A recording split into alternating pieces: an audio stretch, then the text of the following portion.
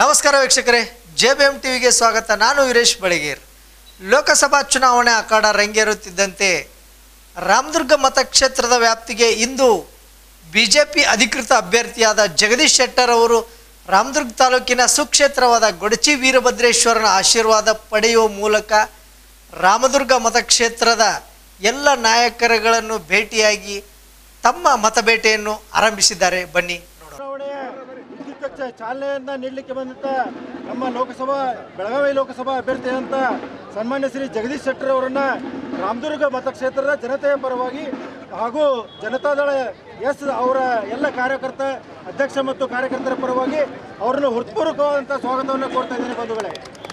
ಈ ಒಂದು ನಮ್ಮನ್ನು ಉದ್ದೇಶಿಸಿ ನಮ್ಮ ಜಗದೀಶ್ ಶೆಟ್ಟರ್ ಸಾಹೇಬರು ಒಂದೆರಡು ಮಾತನ್ನ ಹೇಳ್ಬೇಕಂತ ವಿನಂತಿ ಮಾಡ್ಕೊತಾ ಇದ್ದೇನೆ. बोलो भारत माता की जय, बोलो भारत माता की जय, जय श्री राम, जय श्री राम. ಎಲ್ಲರಿಗೂ ನಮಸ್ಕಾರ.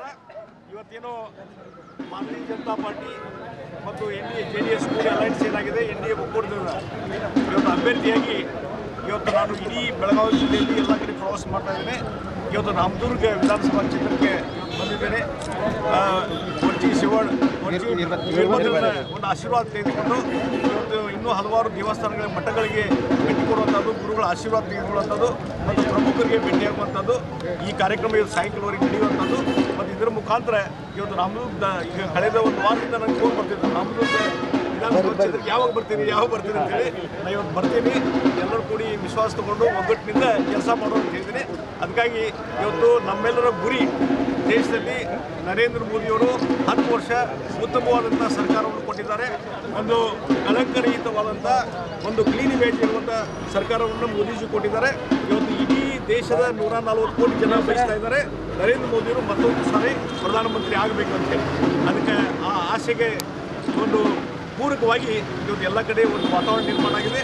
ಅದಕ್ಕಾಗಿ ಇಡೀ ಬೆಳಗಾವಿ ಲೋಕಸಭಾ ಕ್ಷೇತ್ರದಲ್ಲಿ ಸಹಿತ ಜನರ ಒಂದು ಬಯಕೆ ಇವತ್ತು ಮೋದಿಯವರು ಮತ್ತೊಂದು ಸಲ ಪ್ರಧಾನಮಂತ್ರಿ ಆಗಬೇಕು.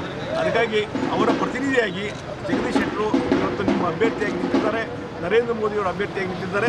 ದಯವಿಟ್ಟು ದೇಶದಲ್ಲಿ ಇನ್ನೂ ಹೆಚ್ಚಿನ ಒಂದು ಸುರಕ್ಷತೆ, ಹೆಚ್ಚಿನ ಭದ್ರತೆ ಮತ್ತು ಇಡೀ ಜಗತ್ತಿನಲ್ಲಿ ಒಂದು ಬಲಾಢ್ಯ ರಾಷ್ಟ್ರವನ್ನು ಕಟ್ಟಲಿಕ್ಕೆ ಮೋದಿಯವರ ಕೈಗಳನ್ನು ನಾವು ಬಲಪಡಿಸಬೇಕಾಗಿದೆ. ಅದಕ್ಕೆ ನೀವೆಲ್ಲರೂ ಕೂಡಿ ಮತ್ತೊಮ್ಮೆ ನರೇಂದ್ರ ಮೋದಿಯವ್ರನ್ನ ಆಶೀರ್ವಾದ ಮಾಡಬೇಕು, ನನ್ನನ್ನು ಆಶೀರ್ವಾದ ಮಾಡಬೇಕು ಅಂತ ವಿನಂತಿ ಮಾಡಿಕೊಂಡು ನನ್ನ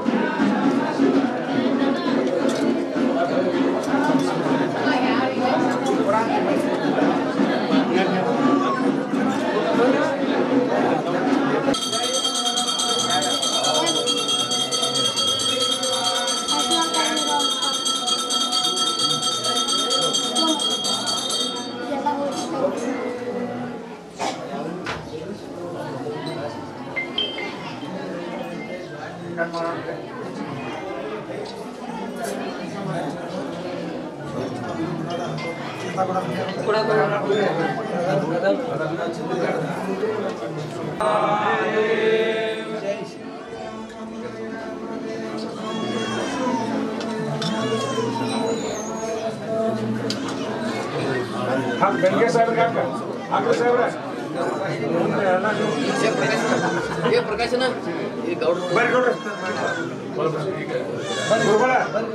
ಗುರುಗಳ ಇಲ್ಲೊಂದು ಮಾಡಿತ್ತು, ಒಂದು ಮಾಡಿತ್ತು ಗೌಡ್ರಿಗೆ ಒಂದು ಮಾಡಿ ತೊಗೊಂಬರಿ ಗುರುಗಳು ಒಂದು